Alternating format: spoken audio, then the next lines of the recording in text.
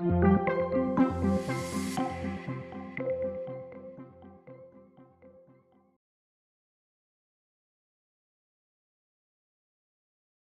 right, not a bad bit of lab. Here's some sample data.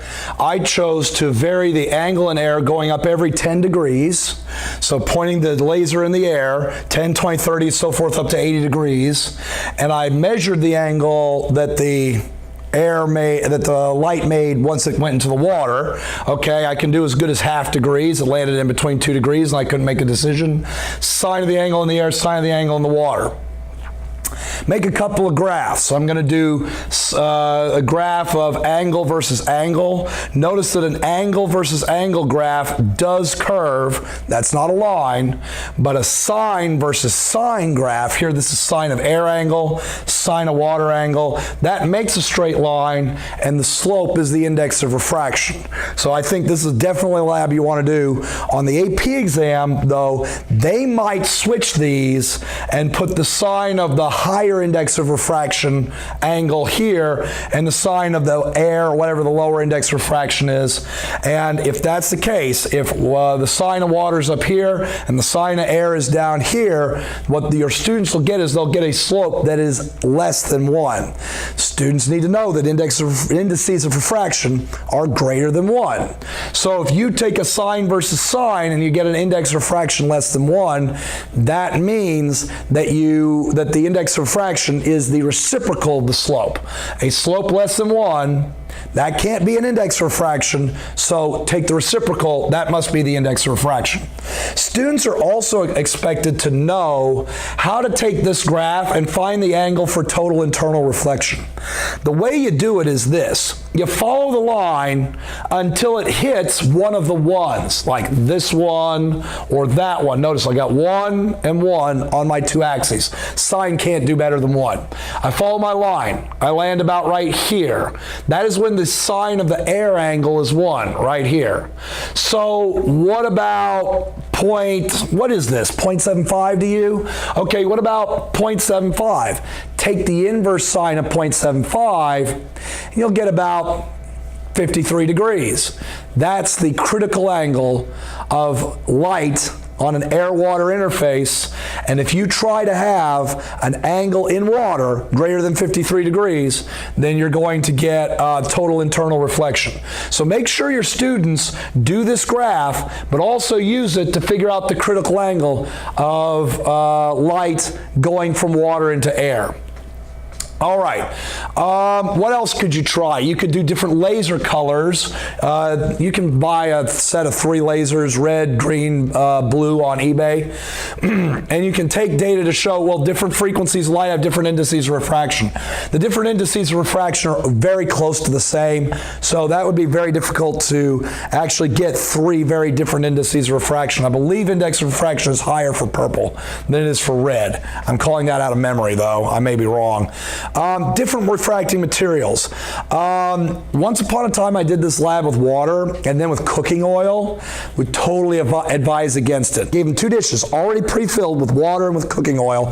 He grabbed the D-shaped dish with cooking oil thinking that it was a solid object. So he lifts it up and the water splooshes out the oil splooshes out all over the place. And I don't know if you know this, but oil is not easy to clean up. It's not water soluble. So I quit doing the oil business.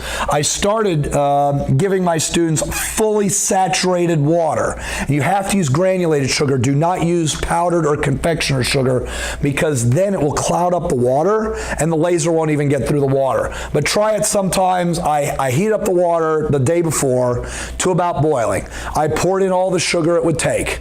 I let it cool off overnight. It was yellow in the morning. It had so much sugar in it. And it did noticeably change the index of refraction of water to about 1.4. Salt water doesn't have a noticeable change in index of refraction. I've tried it, but it's pretty tough. Yeah, if your kids spill the cooking oils, it's a nightmare.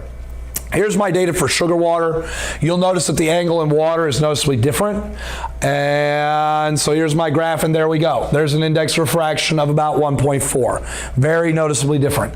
So worth trying with your students, and I would drive home the idea that we can use, that index refraction is one of the things that we can use to figure out how much is dissolved in water. That's always a chemistry problem, right? What and how much stuff is there dissolved in water? Well, some materials conduct electricity. Figure out the conductivity or the resistivity of the water, and you know how much is dissolved in it, like salt or other ionic compounds. But when it comes to sugar, sugar doesn't conduct electricity, but it sure bends light differently. Maybe we can use that to figure out the sugar content of water. All right, these are free responses that are related to the Snell's Law Lab. Please go find them and have your kids do them.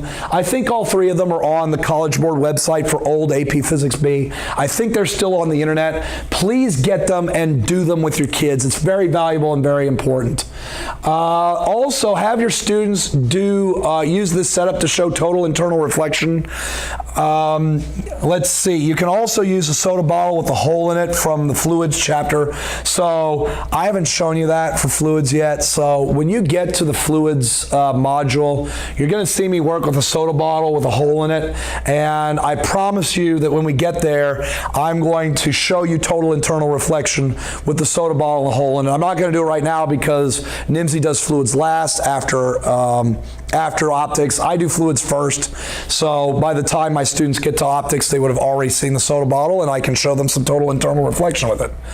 I also have the students find the index refraction of Jello. I go and I buy bowls that are very, very square bowls that are very clear plastic, very square, very straight-sided bowls. I don't know where you can find them, but they're out there somewhere. And then I prepare orange Jello. Orange is the color that light can go through. I have not had good luck with green Jello or with red Jello or with purple Jello. I've not found that the laser light makes it through the Jello to the other side, and that means I can't really do good optics with it, but orange Jello works. Not ever tried yellow Jello. I know it's just funny to just say yellow Jello, right? So square-shaped dish with vertical sides, flat sides with sharp corners. Fill it with orange Jello, and ask the students just to find the index refraction by tracing the path of rays through the Jello. So they might put the Jello onto a piece of paper, shine a laser in it at an angle, draw the laser on paper as it enters the Jello, draw the laser on paper as it leaves the Jello, and when they remove the Jello, they can draw the line connecting the two and take a protractor and just measure angle in air, angle in Jello. If the index refraction in air is 1, what's the index refraction of Jello? And that's nice because you eat the Jello afterwards. Isn't that nice? All right, so next time we're going to work with lenses and mirrors, and we're going to do a finding focal length lab. So I will see you there.